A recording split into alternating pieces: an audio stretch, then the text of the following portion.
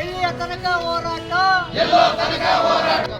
ಕರ್ನಾಟಕ ಚಿತ್ರದುರ್ಗ ಜಿಲ್ಲಾ ರೈತ ಸಂಘಕ್ಕೆ, ರೈತರ ಹೋರಾಟಕ್ಕೆ,